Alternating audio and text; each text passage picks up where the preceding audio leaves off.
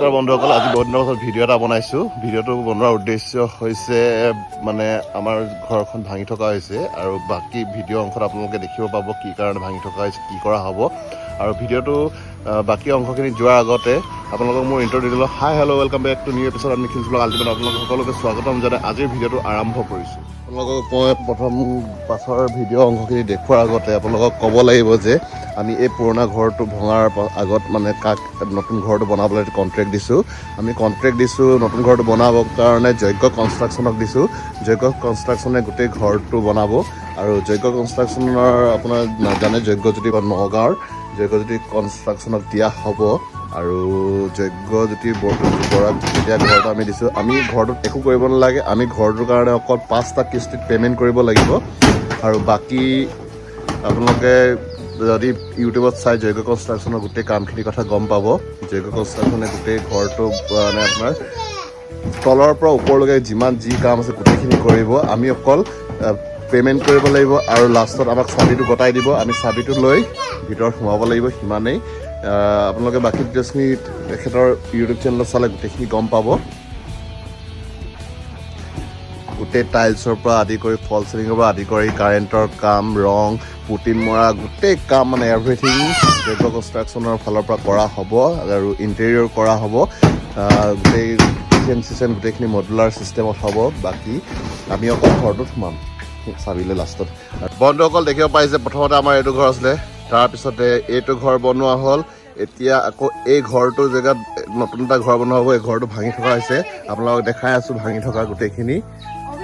এইফালে দেখিব পাইছে, এইফালে দেখিছে একদম পুৰা ভাঙি এইটো চাৰখাৰ হৈ গ'ল। এতিয়া সেইফালে দেখিব পাইছে এতিয়া ভাঙি থকা হৈছে।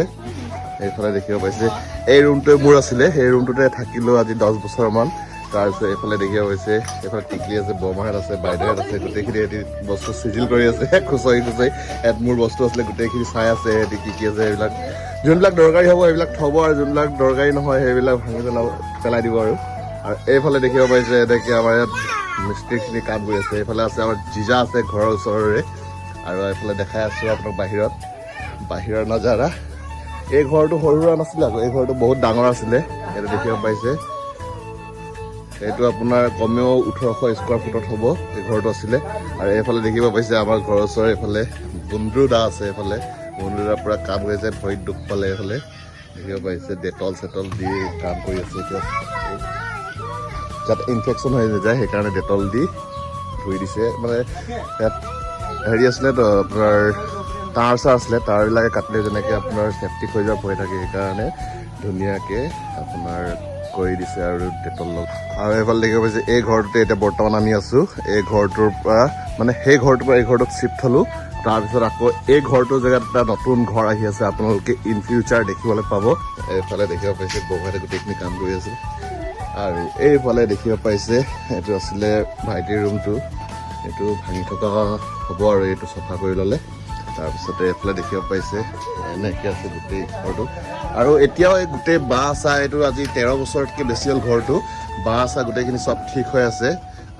এইখিনি ধুনীয়াকৈ খুলি এতিয়া যোনটো ঘৰ নতুনকৈ বনিব তাত মিস্ত্ৰী আহিব, মিস্ত্ৰীখিনি থাকিবৰ কাৰণে বনাই দিয়া হ'ব। এই বেৰখিনি আৰু এই আপোনাৰ খুটা চুটা টিং চিং লগাই বনোৱা হ'ব। তাৰপিছত যদি বাচি যায় তেনেহ'লে এইখিনি বেৰেদি এইখিনি বাঁহৰ খুটা চুটা দি এটা ভাড়াঘৰ বনাই দিয়া হ'ব। আৰু ভাড়াঘৰটোত আমাৰ এইফালে আজিকালি চলি আছে খুব ভাড়া আপোনাৰ যেনেকৈ 2টা ৰুম দিলে আপোনাৰ 3000 টকা পোৱা যায়। আৰু এইবিলাক এটা বিজনেছ। আৰু এইফালে দেখিব পাইছে আমাৰ মিথুন দা আছে, এইফালে মিথুন চামাচি আছে। মিথুন চামাচি ওপৰত কাম কৰি আছে, বান্দৰ হৈ গৈছে। আৰু এইফালে ঢেৰ আপোনাৰ তাঁৰ চাৰ আছে, খুলিব লাগিব আৰু এই টাইম লাগিব অলপ। এইফালে মিস্ত্ৰী দেখিছে, এইফালে টিকলিজন দেখিছে, এইজনী আকৌ বেছি উৎপাত।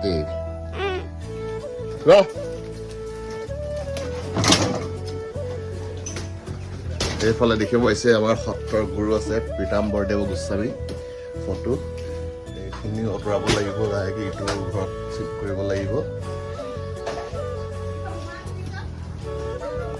আপোনালোকক 2টামান বস্তু দেখাবলৈ যাম। সেই 2টামান বস্তু আজিৰ নহয়, সেইটো আজি 50-60 বছৰ হৈ গ'ল, একো হোৱা নাই। কাৰণ আগৰ দিনৰ কাঠ আছিলে কাৰণে এতিয়াও একো হোৱা নাই। আপোনালোকক দেখাই আছোঁ এই বিচনাখন দেখিছে, এই বিচনাখন আজিও যেনেকৈ আপোনাৰ 50 বছৰমান হৈ গ'ল আৰু এইখন আছিলে আমাৰ যেতিয়া দতিৰ জীয়া আছিলে দতিৰ থাকোঁতে বনোৱা হয় আৰু এটা বস্তু দেখাই আছোঁ আপোনাৰ এই দেখিছে এইটো এই বাকচৰ টাইপৰ টেবুলখন দেখিছে আৰু এই মানে আপোনাৰ ড্ৰেছিং আইনাখন দেখিছে এইখন হৈছে এই টেবুলখন হৈছে আমাৰ দেউতাই যেতিয়া প্ৰথম চাকৰি পাইছিলে চাকৰি পায়ে মানে আপোনাৰ এই টেবুলখন কিনিছিলে আৰু যেতিয়া দেউতাই মানে চাকৰি পাইছিলে তেতিয়া চাইকেল এখন কিনিছিলে চাইকেলখনো মই বহুত বছৰ চলালোঁ বহুত বছৰ চলোৱাৰ পাছত বিক্ৰী কৰি দিয়া হ'ল চাইকেলখন নাই এতিয়া বাৰু আৰু এই টেবুলখন আজি যেনেকৈ আমাৰ দেউতাৰ 60 বছৰ মানে পাৰ হৈ গ'ল দেউতাৰ চাকৰি কৰি ৰিটায়াৰ হৈ গ'ল এই ৰিটায়াৰ কৰা যিমান দিন হ'ল সিমান দিন হৈছে আপুনি ভাবক সেই প্ৰথম চাকৰি কৰোঁতে লোৱা আজিও একো হোৱা নাই আজিও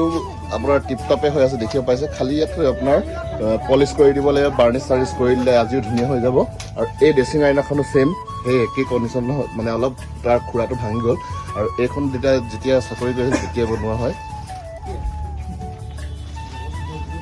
আৰু বন্ধুসকল আপোনালোকক কৈছিলোঁ যে ঘৰটো কিমান ডাঙৰ হয় চাওক মই আপোনালোকক দেখাই দিছোঁ এইফালে চাওক সেই তাৰ পৰা সেই মূৰৰ পৰা আপোনাৰ এনেকৈ আহিছে এইটো এই মূৰলৈকে আৰু এইটো চাওক দীঘলীয়াকৈ কিমান দূৰ গৈছে এইফালে চাওক কিমান দীঘল আছিলে ঘৰটো মানে কিমান ডাঙৰ এইখন স্কোৱাৰ ফুটত আছিলে এতিয়া আমি যোনটো ঘৰ বনাম তাতকৈও এইটো বেছি মানে স্কোৱাৰ ফুটৰ হয় বেছি দেখিব পাইছে এইফালে চাওক চবেই কামত লাগি আছে এইফালে এইটো কিমান দীঘল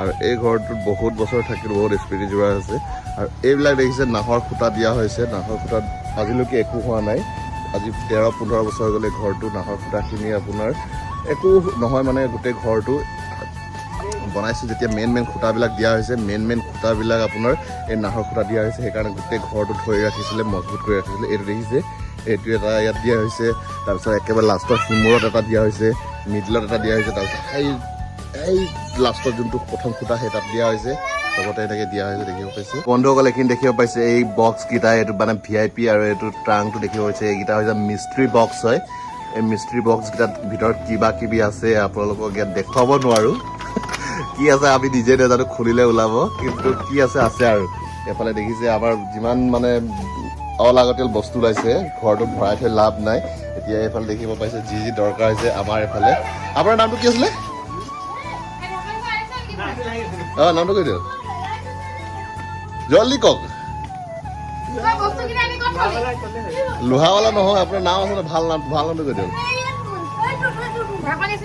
নামটো কওক এইফালে দেখিব পাইছে আমাৰ কিষণলাল আছে কিষণলাল ভাইয়া আছে কিষণলাল ভাইয়া লৈ গৈছে যিখিনি বস্তু আমাৰ দৰকাৰ নহয় সেইফালে বিক্ৰী কৰিবলৈ গৈছে আৰু আজিৰ ভিডিঅ'টো আপোনালোকে অলপ বেলেগ দেখি পাব মানে ভিডিঅ' কোৱালিটিটো আৰু ভিডিঅ' কোৱালিটিটো বেলেগ দেখি পোৱাৰ কাৰণটো হৈছে মই নতুন মানে আইফোন এটা ল'লোঁ সেই আইফোনত আপোনাৰ ভিডিঅ'টো শ্বুট কৰা হৈছে দেখিব পাইছে আপোনালোকে ৱাইড এংগেলত কৰি আছোঁ এতিয়া নতুন আইফোনটোত কৰাৰ কাৰণে আপোনালোকে ভিডিঅ' কোৱালিটিটো অলপ বেলেগ দেখি পাব আৰু বন্ধুসকল দেখিব পাইছিলোঁ মোৰ আগৰ ভিডিঅ'ত যে কৈছিলোঁ ভাগিনজনীয়ে ফুলৰ ইয়াত খেতি কৰিছে এইখিনি দেখিব পাইছে ভাগিনজনীয়ে কৰা ফুলৰ খেতিখিনি দেখিব পাইছে কিমান ধুনীয়াকৈ হৈছে এইজোপা কি গছ আপোনালোকে বন্ধুসকল কমেণ্ট কৰি জনাবচোন এইজোপা গছৰ নাম কি আপোনালোকে যদি গম পাইছে তেনেহ'লে কমেণ্ট কৰি জনাব আৰু এইজোপা গছৰ নাম কি হয় আপোনালোকে যদি গম পায় তেনেহ'লে কমেণ্ট কৰি জনাব এইজোপা গছৰ নাম কি এইজোপা আপোনাৰ গছৰ নাম কি এইজোপা গছৰ নাম বাৰু আপোনাক কৈ দিছোঁ ভাগিনজনীয়ে কৈ দিছে নয়নতৰা বুলি আৰু এইজোপা নয়নতৰা হয় আৰু এই ফুলজোপাৰ নাম আপোনালোকে যদি জানে জনাব কি হয় আৰু এই ফুলজোপাৰ নাম জনাব কি হয় এই ভাগিনজনী দেখিছে আমাৰ টিকলিজনী এইজনীয়ে খেতি কৰিছে ফুলৰ খেতিখিনি আমাৰ ঘৰত লগাইছে আৰু বন্ধুসকল দেখিব পাইছে বৰষুণ বতৰ চলি আছে আৰু কমেও আৰু 15 দিনমান কণ্টিনিউ মানে ৱেডাৰ ৰিপৰ্টত দেখিছোঁ বৰষুণ আছে আৰু এনেকুৱা বৰষুণত কাম চলি আছে দেখিব পাইছে বন্ধুসকল তাৰপিছত গোটেই কাম চলি আছে মানুহ ৰখি আছে এইফালে গোটেই সেই ঘৰটো ভাঙি থকা হৈছে দেখিব পালে অলপ আগতে বন্ধুসকল দেখিব পাইছে ঘৰটো পূৰা ভঙা হৈ গ'ল